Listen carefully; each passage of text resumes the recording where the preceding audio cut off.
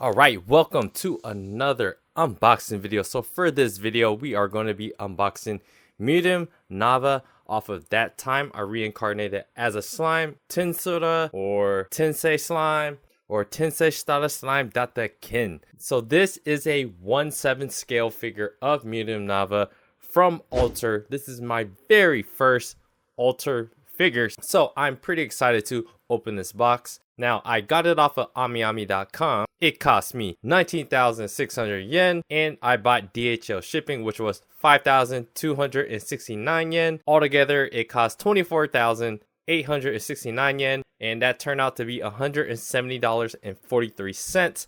The boat option, the surface mail premium, the cheapest option was 1,890 yen. I paid for it on October 29th. It shipped on November 1st, and then it arrived literally the next day on November 2nd. This was a figure that was not released too long ago. I did have this on pre-order. It released on October 26th, so it only took Amiami a few days before they actually had the package ready to be shipped. If you are from the States and trying to order from the States, I've seen this figure go for anywhere between $220. So there is a big amount of difference that you'll pay if you're buying from Amiami and then still paid for that airplane shipping.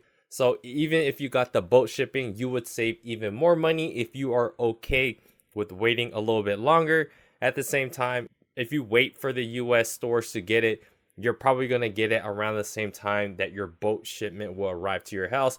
If you're from the United States, if you live in a different country, of course, it's gonna vary depending on your country. So yeah, for Milim, she's not necessarily my favorite character from the show, but she is one where she has a ton of different figures for. So there's a ton of different options for it, but I've heard nothing but good things about Alter, and I just want to know, how good is it compared to a Kotobukiya? How good is it compared to, Aniplex? How good is it compared to Mega House? So Alter is one of the more highly touted competitors for those ranges of scales, PVC scales. I'm hoping it's all, all the hype is real for the Alter one. So yeah, before I start unboxing this figure, please hit the like button. Please subscribe to the channel if you guys haven't already. And I have created another YouTube channel where I talk about anime, so if you guys want to go ahead and subscribe over there. Yeah, I have a blog, otakusen.com. Right now I'm covering Chainsaw Man and the Eminence and Shadow. I have a TikTok, so head over to TikTok, follow me over there. Other than that, let's go ahead and unbox this figure. So I got this figure from Amiami, right? So they usually have a label on the box, and this is their 100 size box. Typically for 1/7 scales, 1/6 scales, 1/8, 1/7, 1/6, generally you're gonna get a 120 size box. So this tells me it's in a 100 size box, so the box is a little bit smaller than expected. So that's a good thing. The smaller the box, typically the cheaper it is to ship.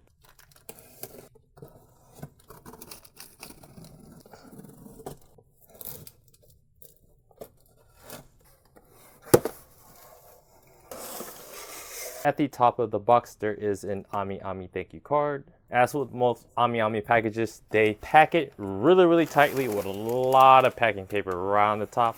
As you can see on these sides, they pack it pretty good.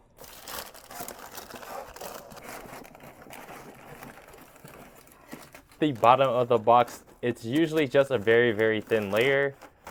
So in the last box, there was a big dent on the bottom of the box. So that's just one thing I guess you could think of for Amiami. Their shipment box, their packing, there could be a downside. Overall, I'm generally really happy with Amiami's packing. All right, so first impressions on the box is it reminds me of the pop-up parade boxes. Presentation for most scale figures, they don't vary that much from each other. Usually it's just a cardboard box with some cutouts. They put, whatever the theme of it is, whatever character it is, they put pictures of the figure on the box like they have here. Except the only thing that popped up in my mind immediately is like, hey, it reminds me of the pop-up parade boxes, which is not necessarily, it's not a bad thing. It's actually a very clean look to have, kind of like a hard plastic. I'm not too sure the correct material that I could probably be explaining this a little bit better. With this kind of plastic, you could kind of do those gradient, colored look on the boxes, which is really cool. They actually put the sculptor and the painter on the box figure, which is really cool. On the back, it's like all the other figure companies. They just put the figure pictures of the figure on the box. And then the only thing that I could say negatively about the quality of the box is just right here on the corner. On the corner of the box, for some reason the box kind of chipped right here, so it's kind of sticking out. That would be the only downside to the quality of the box. Other than that, everything looks pretty nice and clean. So on the top of the box, there's tape on the sides, and we're gonna go ahead and cut that.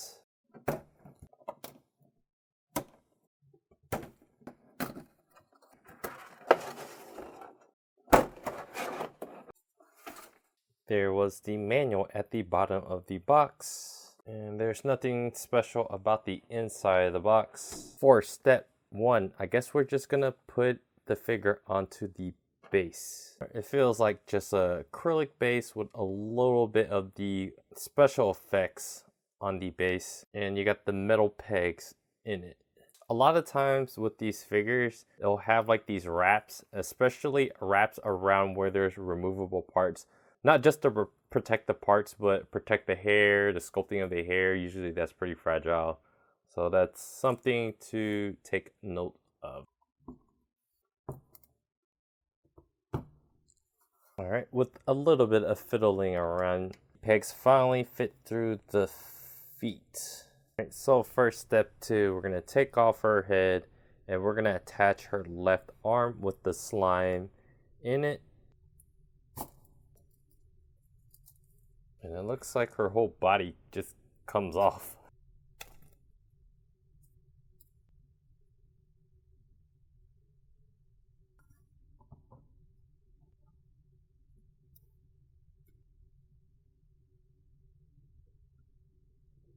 The hardest part about putting her left arm with the slime on to attach, like you kind of have to put it in at an awkward angle and get a feel of it. It's not a straight shot in. You kind of have to angle it correct and play around with it.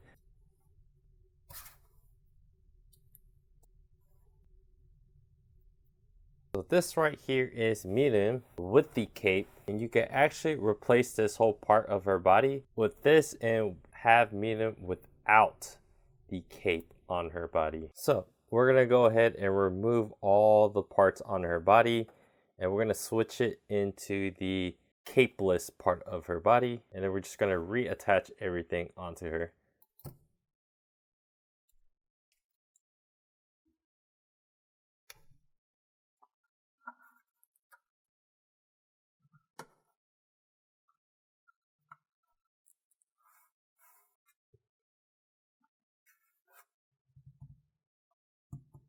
All right, and this is Milim without the cape.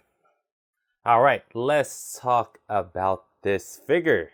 So first impressions right off the bat, it looks clean. It's a very, very clean figure. So I think the most important thing to say about Alter based off this one figure is people are correct. This is a very clean, accurate, detailed figure of the character. There's so many different designs of her that's not really much of a design from the show. Like this is her main design, and you'll be surprised to see how very little options of her in her normal kind of outfit, her normal, typical self. This is the one that I'm most likely going to keep like for a very, very long time, because the bunny ones, and then I have another Shibuya Scramble figure that's coming out later this year.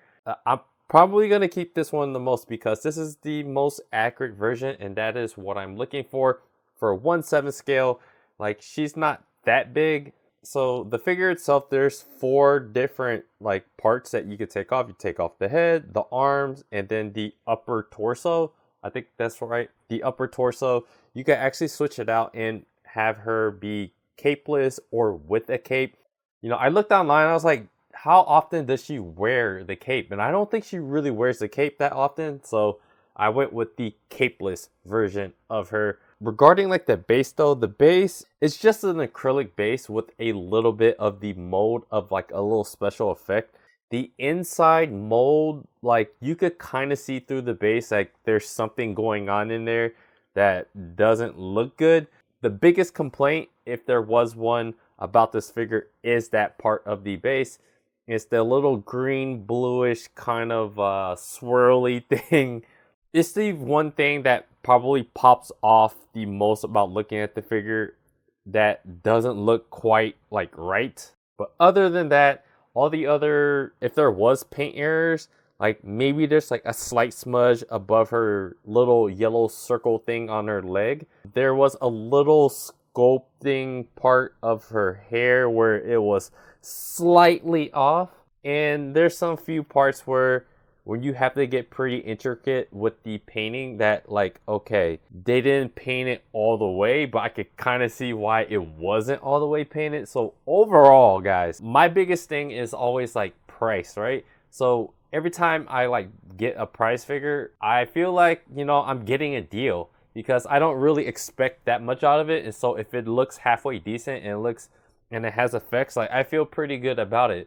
But when you start to get above $100, $150, $200, $250, now you start to kind of think about, hey, out of all the other figures in my collection, how do these ones stack up compared to this one? So I paid overall in USD with DHL shipping about $170. So a little bit above that. The last unboxing I did was the Shiro one for Amakuni.